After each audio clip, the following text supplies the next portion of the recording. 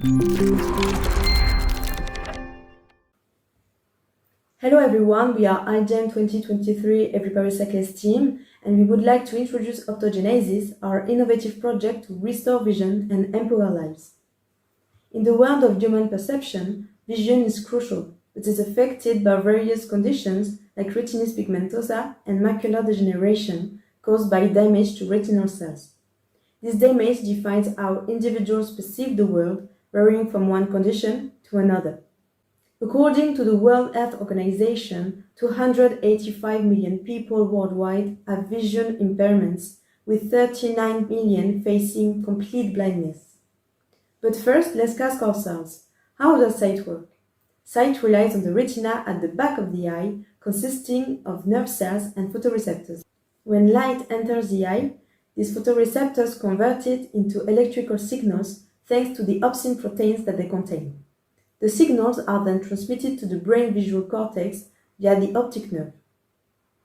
In degenerative vision diseases, photoreceptors are lost progressively, but second and third order non-light sensitive neurons in the retina remain.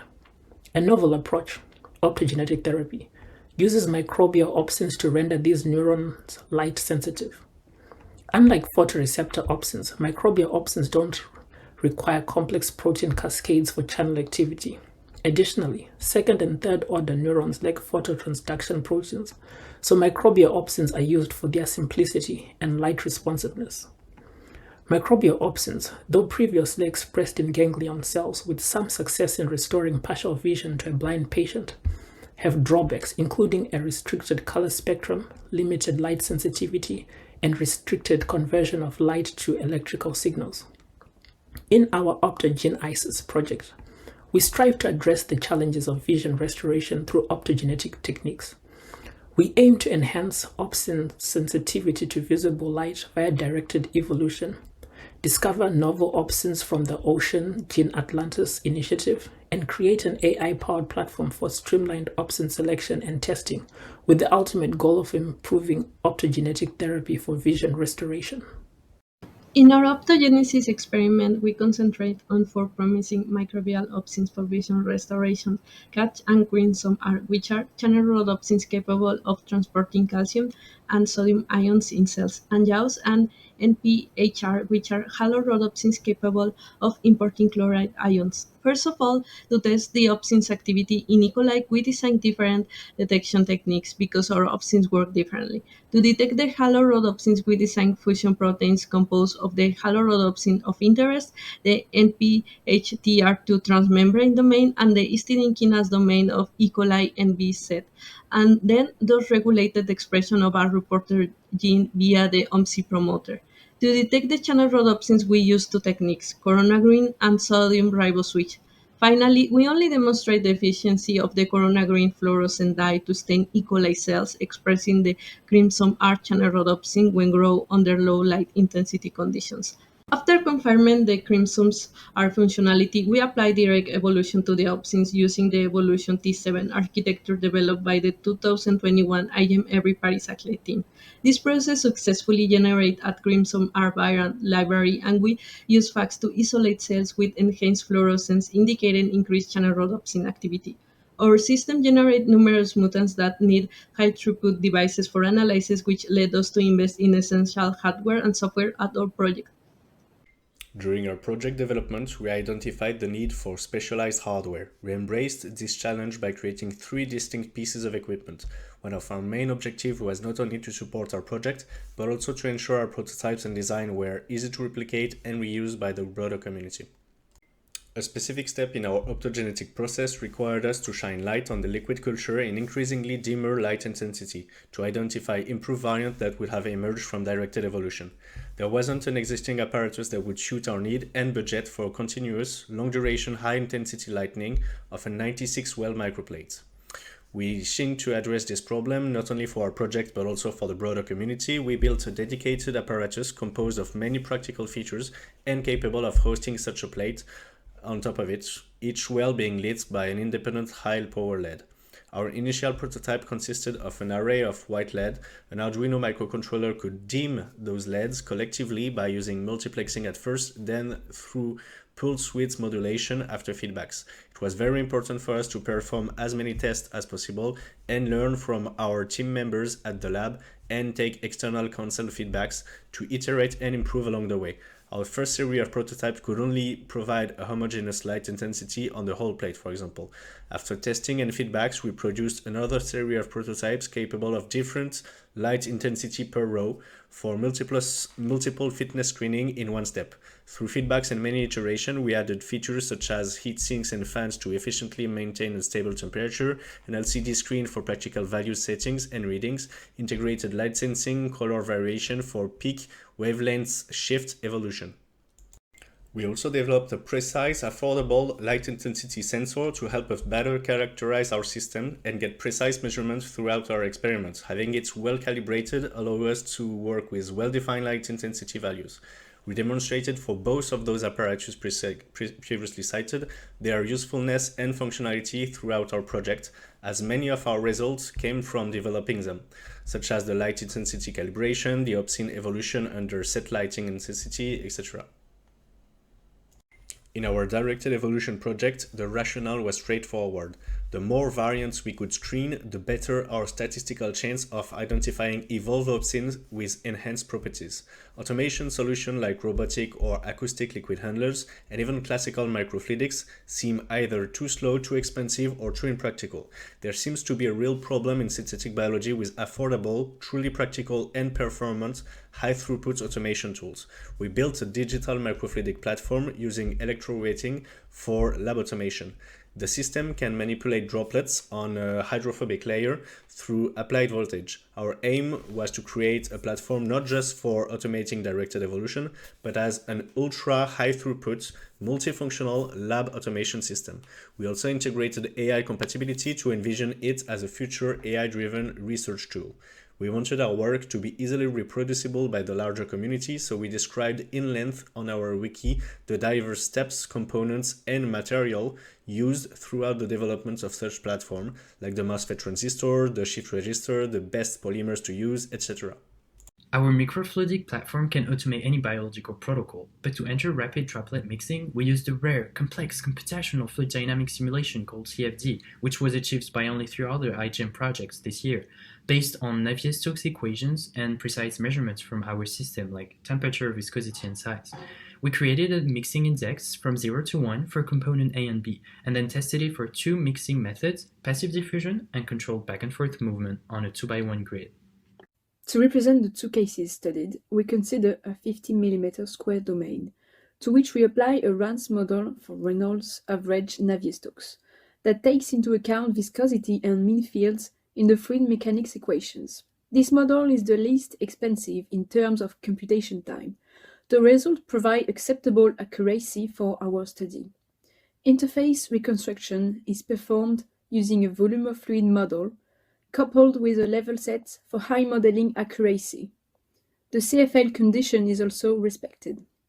The drop on the left contains 50% of water and 50% of A species, while the drop on the right contains 95% of water and 5% of B species. In the first case, the diffusion makes the homogenization, and in the second case, a momentum is involved. CFD results show that moving droplets at 1.5 meters per second enhances mixing by over 20%, benefiting E. coli hosting plasmids. We used a population model to study how it influences plasmid-carrying bacteria dynamics by adjusting 2 parameters, initial plasmid bacteria proportion and plasmid loss probability. We demonstrated that improved mixing and antibiotic-resistant techniques boost both plasmid retention and opsin production.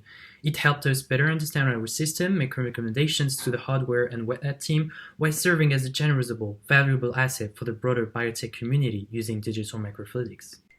To get new opsin sequences, we searched for homologous opsins in public databases. We constructed a phylogenetic tree gathering 3002 viral or bacterial opsin sequences from Taha Océan Gene Atlas, EMGVR, UniProt, and iGEM part registry.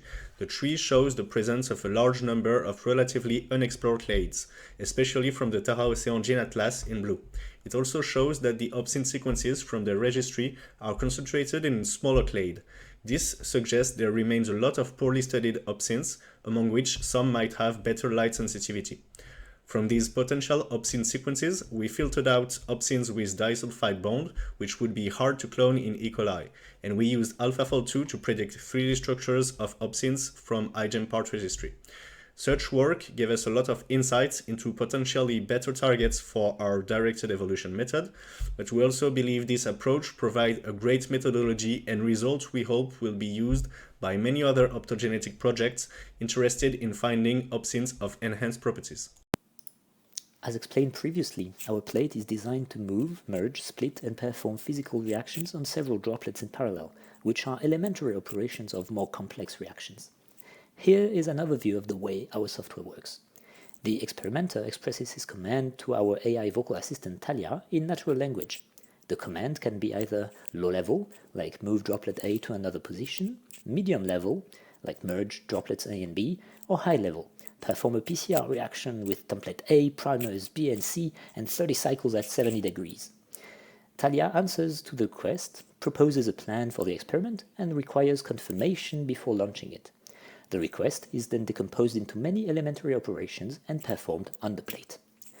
Note that the experimenter can also manually manipulate the droplets on the plate with an intuitive visual interface, if required. We also make it simple to save customized protocols in a lightweight CSV format so that you can easily share your recipes. All this was done to maximize the user-friendliness, the fundamental goal of ours. We conducted tests to incorporate the synthetic biology standard language, SBOL, into the protocol files and as icons on tooltips when you hover over droplets. This makes it easy for users to see which droplets contain specific genetic parts in their protocol. One major point of attention in our system is the droplet movement system. It is very tricky because the droplets need to avoid obstacles and avoid other droplets, otherwise they would mix. That's the objective of the multi-agent pathfinding algorithms such as A-star and CBS that we use, which aim to find the shortest path from a start point to a goal point while avoiding collisions. Welcome to the fascinating journey of how Talia, our intelligent voice assistant, comes to life. Step 1. Speak to our assistant. Your speech isn't just heard, it's transformed. Using a powerful speech-to-text transformer model named Whisper, your words become written text. Step 2 is all about precision. First, we ask ChatGPT with a specifically engineered prompt to choose a function from a given list. Next, it crafts a clear and user-friendly voice response using that function. This two-step approach offers clarity, conciseness, and a jargon-free experience. But how do you hear a response? Simple. We have a special speech algorithm that takes the text and breathes life into it, converting it back to speech. In our original pipeline, each step follows sequentially. But in our enhanced version, steps overlap for greater efficiency. Instead of waiting for the full ChatGPT response, which took about 3 seconds, we now stream it, enabling our speech-to-text algorithm to start as soon as the initial words are generated, lowering the latency to 1 second. That's our pipeline, simple, efficient, and truly intelligent. Our software will work on any other electroweighting pattern configuration. We made sure to build our code to maximize its usefulness for any other digital microfluidics project of the larger community. Moreover, from the multifunctional nature of our software and the fact that it is well documented and fully coded in Python, our code can easily be reused and implemented for new workflow. We not only developed this very complex and powerful AI-driven software, but also all the code for the Arduino hardware. Here is an example of the full, well-documented code for one of the microplate illuminator apparatus. That software was well validated by experimental work. As you saw, OptogenEYEsis is a multifaceted project that holds many promises. While exploring optogenetics, we contacted researchers, clinical scientists, visually impaired patient associations, and conducted insightful interviews with them. We also developed ideas to make sure that our cost-efficient and open hardware plate will be used for the democratization of biological experiments. Finally, we had a cautious approach when considering artificial intelligence in labs to ensure more inclusivity and responsibility. Beyond iGEM, we will advance this project and explore new opsins from our bioinformatic data and further develop our hardware and software. We would like to express our deepest gratitude toward all our sponsors, and most especially toward our PIs and advisors for their extreme courage and patience. Thank you for your attention.